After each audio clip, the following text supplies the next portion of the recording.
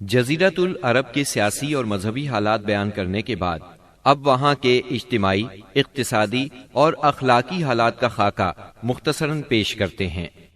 عرب آبادی مختلف طبقات میں بٹی ہوئی تھی۔ ہر طبقے کے حالات ایک دوسرے سے بہت زیادہ مختلف تھے۔ چنانچہ معزز طبقے میں مرد اور عورت کا تعلق خاصا ترقی یافتہ تھا۔ عورت کو بہت کچھ خود مختاری حاصل تھی، اس کی بات مانی جاتی تھی، اس کا اس قدر احترام اور حفاظت کی جاتی کہ اس کی خاطر تلواریں سونت لی جاتی تھی، خون ریزی ہو جاتی تھی۔ آدمی جب اپنی شجاعت اور بہادری پر بات کرنا چاہتا، اپنی تعریف کرنا چاہتا تو عموماً عورت ہی کو مخاطب کرتا۔ شجاعت اور سخاوت کی صفات کو ان کے درمیان بہت بڑا مقام حاصل تھا۔ اکثر اوقات ان میں صلح کے لیے عورت ہی بڑا کردار ادا کرتی تھی۔ وہ چاہتی تو قبائل کو صلح کے لیے جمع کر لیتی تھی اور چاہتی تو ان کے درمیان جنگ کی آگ بھڑکا دیتی۔ لیکن ان تمام باتوں کے باوجود خاندان کا سربراہ مرد ہی کو مانا جاتا تھا اور اس کی بات فیصلہ کن ہوتی تھی۔ اس طبقے میں مرد اور عورت کا تعلق عقد نکاح کے ذریعے ہوتا تھا۔ یہ نکاح عورت کے ولیوں کی نگرانی میں انجام پاتا تھا۔ عورت کو ان کی ولایت کے بغیر نکاح کا حق نہیں تھا۔ ایک طرف طبقہ اشراف یعنی معزز لوگوں کا یہ حال تھا تو دوسری طرف دوسرے طبقات میں مرد عورت کے اختلاط کی اور بھی کئی صورتیں تھیں، جنہیں بدکاری، بے حیائی، فحاشی اور زناکاری کے سوا کوئی اور نام نہیں دیا جا سکتا۔ زمانہ جاہلیت میں کسی حد کے بغیر متعدد بیویاں رکھنا ایک عام بات تھی۔ لوگ دو سگی بہنوں کو بھی بیک وقت اپنے نکاح میں رکھ لیتے تھے۔ باپ کے بیوی کو طلاق دینے کے بعد یا اس کے فوت ہونے پر بیٹا اپنی سوتیلی ماں سے بھی نکاح کر لیتا تھا۔ طلاق کا اختیار مرد کو حاصل تھا اور اس کی کوئی حد مقرر نہیں تھی۔ زناکاری تمام طبقات میں عروج پر تھی، کوئی طبقہ یا انسانوں کی کوئی قسم اس سے مستثنا نہ تھی۔ البتہ کچھ مرد اور کچھ عورتیں ایسے ضرور تھے جنہیں اپنی بڑائی کا احساس اس برائی کی کیچڑ میں لت پت ہونے سے باز رکھتا تھا۔ پھر آزاد عورتوں کا حال لونڈیوں کی نسبت اچھا تھا۔ اصل مصیبت لونڈیاں ہی تھیں۔ ایسا لگتا ہے جیسے ان جاہلوں کی اکثریت اس برائی کی طرف منسوب ہونے میں کوئی آر بھی محسوس نہیں کرتی تھی۔ جاہلیت میں باپ بیٹے کا تعلق بھی مختلف نوعیت کا تھا۔ کچھ تو ایسے تھے جو کہتے تھے انما اولادنا بیننا اکبادنا تمشی علی الارض، یعنی ہماری اولاد ہمارے کلیجے ہیں جو روئے زمین پر چلتے پھرتے ہیں۔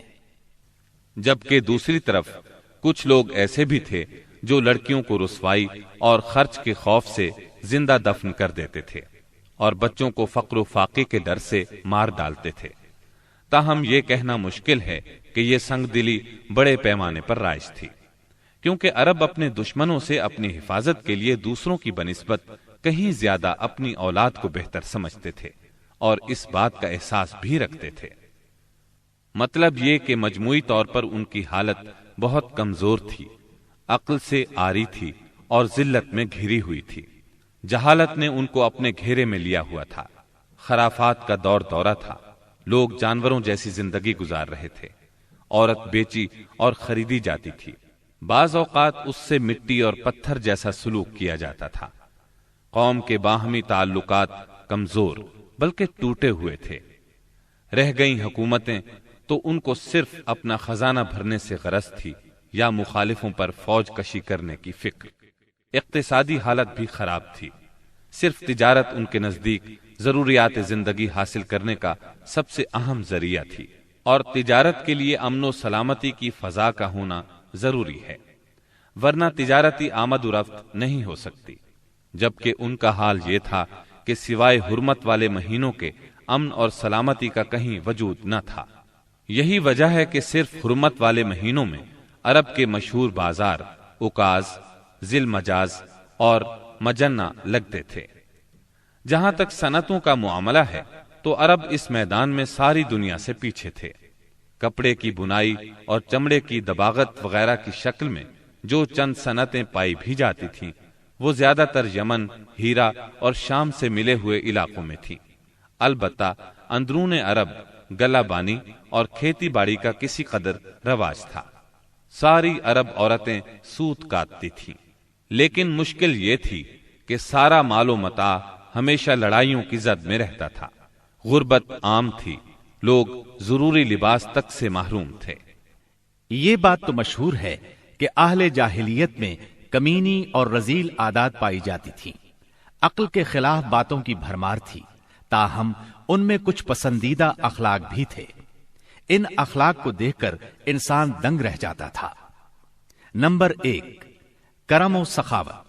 یہ اہل جاہلیت کی خوبی تھی جس میں وہ ایک دوسرے سے آگے نکل جانے کی کوشش کرتے تھے، اور اس پر فخر کرنے کا عالم یہ تھا کہ عرب کے آدھے اشعار اسی کی نظر ہو جاتے تھے۔ اس وصف کی بنیاد پر کوئی اپنی تعریف کرتا تھا تو کوئی دوسروں کی۔ حالت یہ تھی کہ سخت سردی اور بھوک کی حالت میں بھی کوئی مہمان آ جاتا اور میزبان کے پاس اپنی سواری والی اونٹی کے سوا کچھ نہ ہوتا، اور کنبے کی ضرورت پوری کرنے کا ذریعہ بھی صرف وہی سواری ہوتی تو اپنے مہمان کے لیے ذبح کر دیتا۔ یہ ان کے کرم ہی کا نتیجہ تھا کہ بڑی بڑی دیت اور مالی ذمہ داریاں اٹھا لیتے تھے، اور اس طرح انسانوں کو بربادی اور خون ریزی سے بچا کر دوسرے رئیسوں اور سرداروں کے مقابل فخر کرتے تھے۔ وہ جوا کھیلتے تھے۔ ان کا خیال تھا یہ بھی سخاوت کی ایک راہ ہے، کیونکہ انہیں جو نفع حاصل ہوتا یا نفع حاصل کرنے والوں کے حصے سے جو کچھ زائد بچ رہتا اس کو وہ مسکینوں کو دے دیتے تھے۔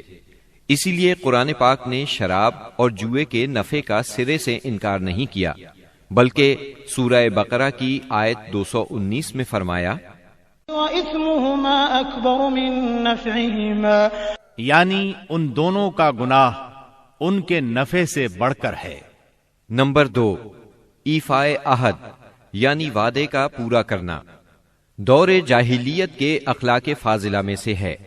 عہد کو ان کے نزدیک دین کی حیثیت حاصل تھی، جس سے وہ ہر حال میں چمٹے رہتے تھے، اور اس راستے میں اپنی اولاد کا خون اور اپنے گھر بار کی تباہی بھی ہیج سمجھتے تھے۔ نمبر 3، خودداری اور عزت نفس۔ اس پر قائم رہنا اور ظلم و جبر برداشت نہ کرنا بھی جاہلیت کے معروف اخلاق میں سے تھا۔ اس کا نتیجہ یہ تھا کہ ان کی شجاعت اور غیرت حد سے بڑھی ہوئی تھی۔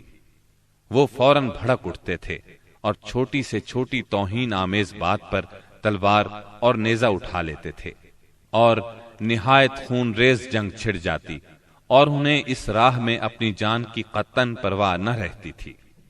نمبر 4، عزائم کی تکمیل۔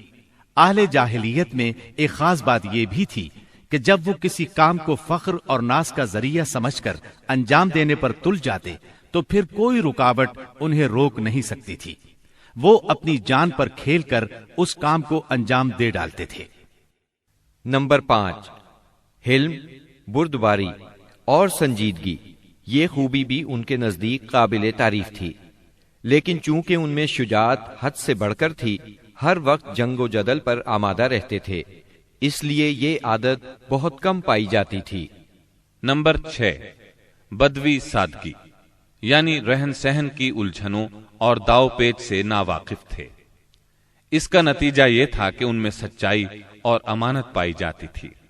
دھوکہ دہی، بد عہدی سے دور تھے اور نفرت کرتے تھے۔ ہم سمجھتے ہیں کہ جزیرت العرب کو ساری دنیا سے جو جغرافیائی نسبت حاصل تھی، اس کے علاوہ یہی وہ قیمتی اخلاق تھے جن کی وجہ سے اہل عرب کو بنی نوع انسان کی قیادت اور رسالت عامہ کا بوجھ اٹھانے کے لیے منتخب کیا گیا تھا، کیونکہ یہ اخلاق اگرچہ بعض اوقات شر اور فساد کا سبب بن جاتے تھے اور ان کی وجہ سے المناک حادثات بھی پیش آ جاتے تھے، لیکن اپنی نوعیت کے بڑے قیمتی اخلاق تھے۔ یہ تھوڑی سی اصلاح کے بعد انسانی معاشرے کے لیے نہایت مفید بن سکتے تھے، اور یہی کام اسلام نے انجام دیا۔ غالباً ان کے اخلاق میں بھی ایفائے عہد کے بعد عزت نفس اور عزم کی پختگی سب سے زیادہ قیمتی اور نفع بخش جوہر تھا، کیونکہ اس زبردست قوت اور پختہ ارادے کے بغیر شر و فساد کا خاتمہ اور نظام عدل کا قیام ممکن نہیں۔ اہل جاہلیت کے کچھ اور بھی اچھے اخلاق تھے، لیکن ان سب کو بیان کیا جائے تو بات بہت طویل ہو جائے گی، لہذا انہی پر اکتفا کرتے ہوئے ہم آگے چلتے ہیں۔